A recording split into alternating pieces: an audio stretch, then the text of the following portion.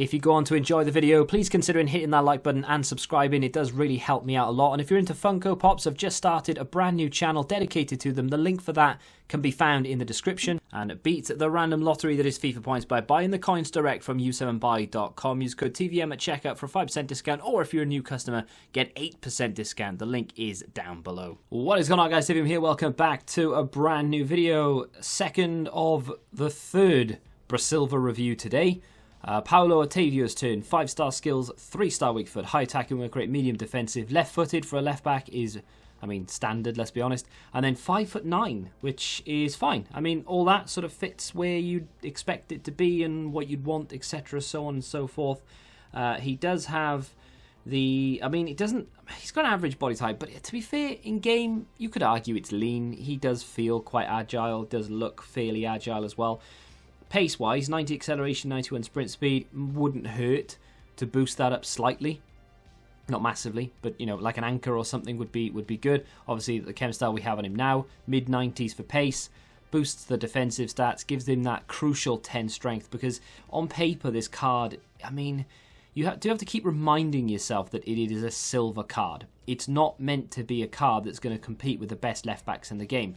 There are a few people who commented, what's the point in these cards? Well, the point of them is to play in silver game modes and sort of lower objective, and if you're good enough, you can use them in any mode, right? So, with that being said, I am going to talk about the negatives, but I am going to try and focus on what's good about this card, because even if you look at it as a collective, the composure, 71, not great. Strength, 70 for a defender, not ideal. Given the fact that he's 5'9" as well, that's going to be a bit of a problem.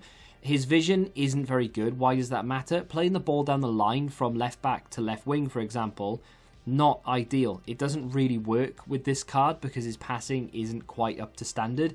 So I know a lot of people play that long ball down the line.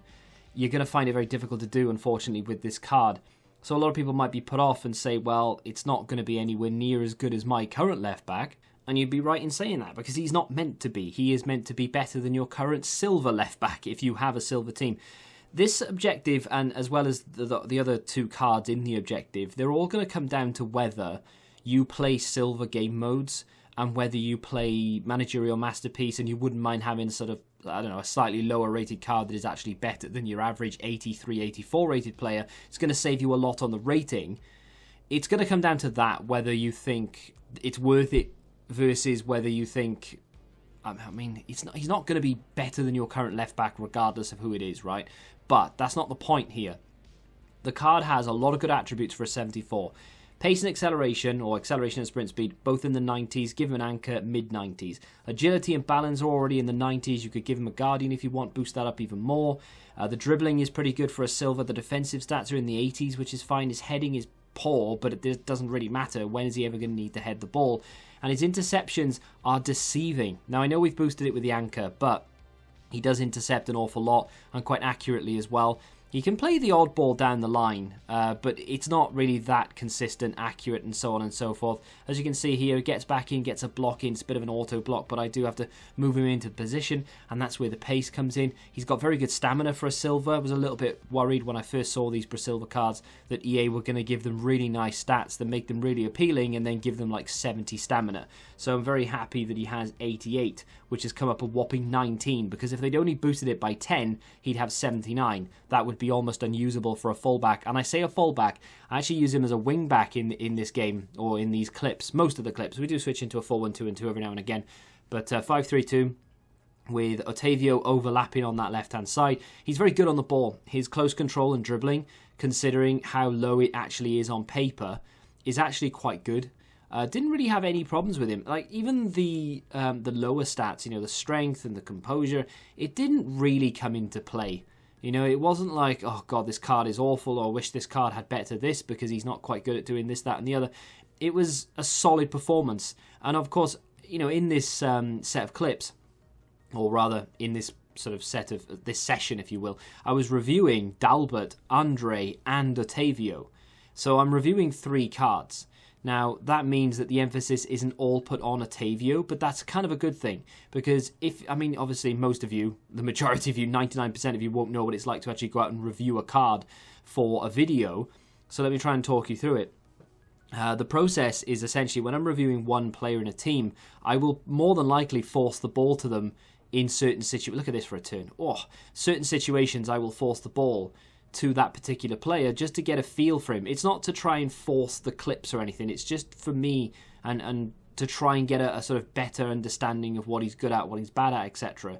With this card, there wasn't really any of that going on because I had another 2 cards in the team to review and a secret fourth player, I should say, for potential Road to Glory episode coming soon. But I had 3 players to look at, so it was evenly spread between them all.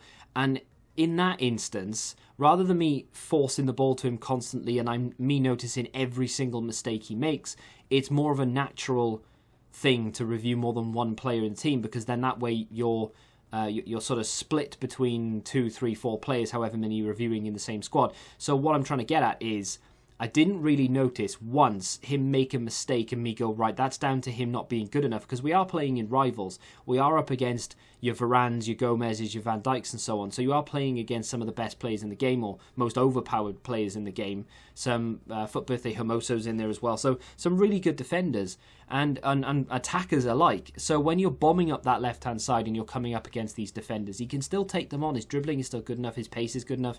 I like using the skills with him. Not that I sort of broke them out that often, but when needed, you can do it. And of course, when attackers are coming toward him, strength doesn't become that much of an issue because most attackers don't have great strength anyway, so you get by with it. It's one of those cards that, honestly, I think if you put it into your main team, I don't think you'd be cursing him as the reason why you've conceded a goal. Maybe now and again, because obviously that's just football, and even the best players in the world make mistakes. But in this instance, I don't think he'd be... I mean, on paper, he would definitely be the worst player in your team, but I don't think he'd be the reason you'd be conceding this goal, that goal, and maybe the reason you've just lost 4-0. There's, you have to look at other areas of your team, and maybe your opponent was just that good, but this card is actually solid and fits into some of the higher-rated teams with some of the higher-rated players, even though his stats don't suggest that.